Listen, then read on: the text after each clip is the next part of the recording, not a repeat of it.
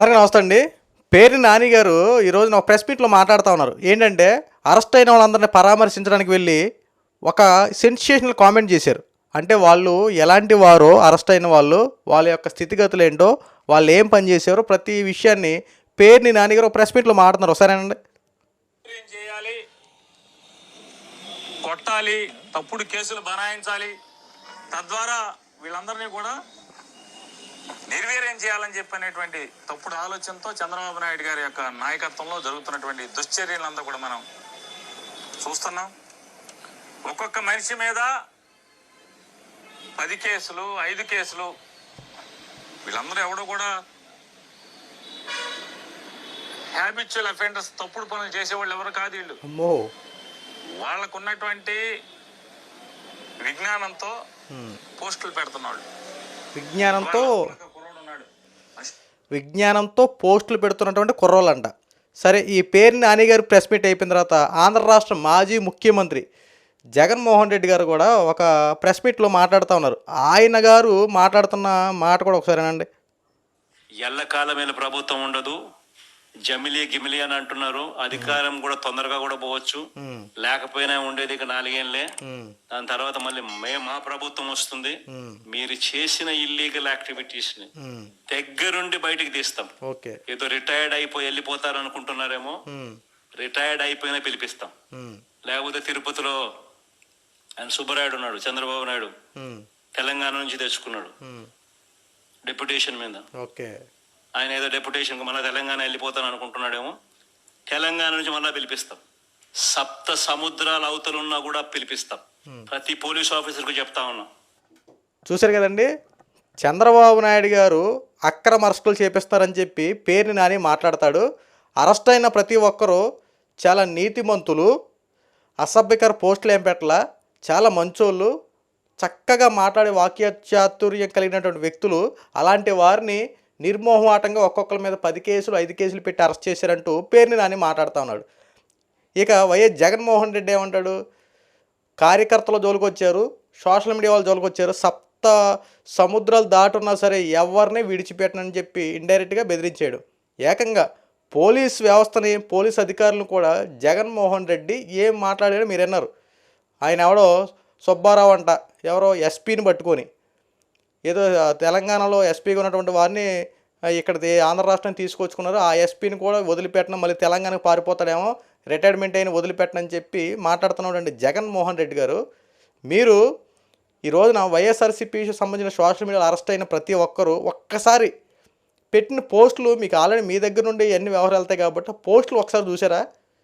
కనీసం వాళ్ళు మాట్లాడినటువంటి భాష, వాళ్ళు పెట్టిన పోస్టులు, వాళ్ళు ఎంచుకున్న తీరు, ఆ విధానం ఒక్కసారి మీరు చూసారు ఎప్పుడైనా? సొంత మీ చెల్లి మీద, మీ అమ్మగారి మీద ఆ వర్రా రవీందర్ రెడ్డి అనేవాడు ఎంత దారుణాతి దారుణంగా పోస్టులు పెట్టాడు, మీరు చూడలేదా ఏంటి? వైఎస్ జగన్మోహన్ రెడ్డి గారు ఒకసారి ఆలోచించండి. వైఎస్ విజయమ్మ పుట్టుకను అవమానించాడు ఆ వర్రా రవీందర్ రెడ్డి, వైఎస్ షర్మిలని పుట్టుకను అవమానించాడు. అంటే ఎంత దారుణాతి దారుణంగా ఉంటుందో ఆ మాటలు ఒకసారి ఆలోచించండి. మీ కుటుంబంలోనే, వైఎస్ కుటుంబంలోనే ఇంత దారుణాతి దారుణంగా మాట్లాడితే మీరు అతని గురించి ఎనమలు సపోర్ట్ చేస్తున్నారా? అంటే సొంత తల్లిని, సొంత చెల్లినన్నా పర్లేదా? ఎంత దారుణం అండి అది. మీ ఇంట్లో కుటుంబంలో మీ యొక్క సభ్యుల గురించి అసభ్యకరంగా మాట్లాడితే ఆ మాట్లాడిన వాడిని వెనకేసుకొస్తారా? సరే, అది పక్కన పెట్టండి పోనీ. అంటే మీకు ఎలాగో నచ్చినట్టు చేసుకుంటారు అనుకో, ఎందుకంటే మీకు సంబంధించిన మనిషి కాబట్టి, మీకు నచ్చినట్టు పోస్టులు పెట్టారు కాబట్టి, మీకు నచ్చింది, మీ కుటుంబ వ్యవహారం మీకు బాగానే ఉంది అనిపించుకోవచ్చు.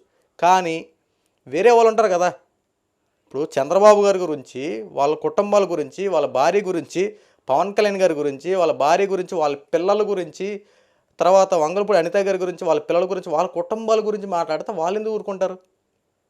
ఇప్పుడు నీ కుటుంబం గురించి వచ్చింది కాబట్టి మీకు నచ్చింది, మీకు పర్లేదు అనుకుందాం. వేరే వాళ్ళ కుటుంబం గురించి, వేరే వాళ్ళ వ్యక్తిగత విషయాల గురించి మాట్లాడితే ఎందుకు ఊరుకుంటారు? నీ గురించి ఇప్పుడు మేము తిట్టాడానికి మీరు ఊరుకుంటారా? ఎందుకు ఊరుకోరు? గత 5 సంవత్సరాల్లో ఇలా ప్రభుత్వాన్ని ప్రశ్నించి నిలదీసినందుకు చితక్కొట్టి పోలీసుల చేత కొట్టించావు కదా. అప్పట్లో ఒక్కొక్కరి మీద కేసులు పెట్టి రకరకాల చిత్రహింసలు చేసి కోర్టులో సరౌండ్ చేసి జైలు పంపించినటువంటి ఘనత నీది కదా. అంటే నువ్వు చేస్తానంటో దౌర్జన్యాలు, నువ్వు చేస్తానంటో మంచి పనులు, ప్రభుత్వానికి మంచి జరిగినట్టు శాంతి భద్రతలు కాపాడినట్టే. యువతల వాళ్ళు అదే పని చేస్తే దౌర్జన్యాలు, అరాచకాల. అంటే మీరు మాత్రమే మనుషులు, యువతల వాళ్ళు మనుషులు కదా. మిమ్మల్ని కొడితే రక్తం వస్తుంది, ఇవతలు కొడితే రక్తం రాదా? ఎందయ్య జగన్మోహన్ రెడ్డి గారు మాట్లాడతారు? మీరు సముద్రాలు దాటి ఉన్నా సరే వదిలిపెట్టరా? మేము తప్పు చేస్తేనే కదా మీరు వదిలిపెట్టడానికి. మీకు ఎలాగో అలవాటు అయిపోయింది, అక్రమ కేసులు పెట్టి అరెస్ట్ చేయడం మీకు ఎలాగో అలవాటే. రేపొద్దున అధికారంలోకి వస్తారని చెప్పి కలగంటున్నారేమో. దయచేసి ప్రస్తుతం ఇంకా జమిలీ గదిగా ఏ తర్వాత పక్కన పెట్టండి. ప్రస్తుతం కూటమి ప్రభుత్వం చేస్తున్న పనికి అందరూ ఆనందంగానే ఉన్నారు. అన్న పని ప్రకారం అన్నీ జరుగుతూనే ఉన్నాయి. ప్రస్తుతం ఎవరైతే మీ సోషల్ మీడియా సంబంధించిన వారు అరెస్ట్ అవుతున్నారో ప్రజలకి మీ యొక్క స్పందన తెలియడానికి ఇప్పుడు అవకాశం లేదు. ఇక్కడ మీ వైఎస్ఆర్సీపీ సోషల్ మీడియా కదా ద్వారానే కదా జగన్మోహన్ రెడ్డి ఏం చేయబోతున్నాడు, ఏం చేయకపోయినా పలానా చేసాడు, పలానా పథకం ఇచ్చేసాడు, పలానా డబ్బులు వేసేసాడు అని చెప్పి మీ వైసీపీ సోషల్ మీడియా తరపునే కదా ప్రజలన్నింటికి ఇష్టానుసారంగా ప్రచారాలు చేసింది. ఇప్పుడు ఆ వైసీపీ సోషల్ మీడియాకి బ్యాన్ అయ్యేపాటికి ఇప్పుడు మీకు మీ విషయాలు బయటకు రావడానికి కాస్త అవగాహన లేదు. ఇప్పుడు ప్రజలకి మీకు చాలా దూరం అయిపోయింది ఈ యొక్క ఫ్రస్ట్రేషన్లో మీరు మాట్లాడుతున్న మాటలు. సో మేము అర్థం చేసుకోగలం.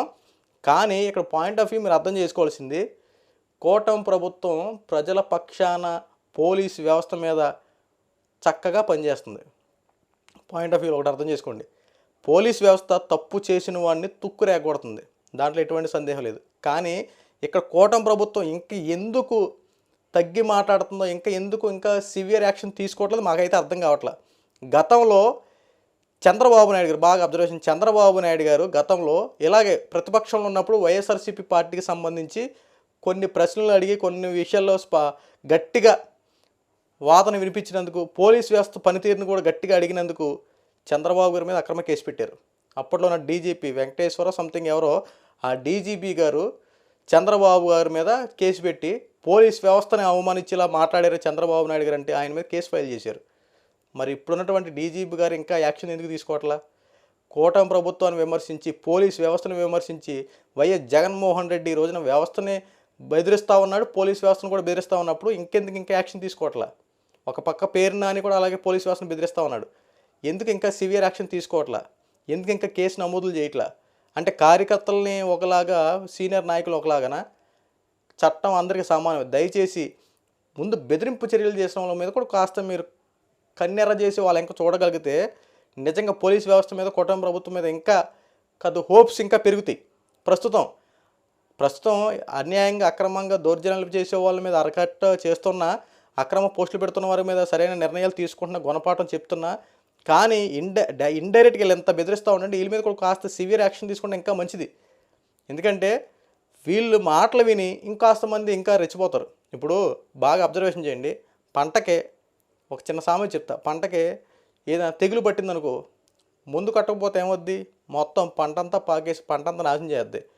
ఆ తెగులను స్టార్టింగ్లో తుంచకపోతే పంట అంతా ఎలా నాశనం అయిపోద్దో, ఆ తెగులు స్టార్టింగ్లో తుంచేవనుకో పంట అంతా చక్కగా బాగుపడుద్ది.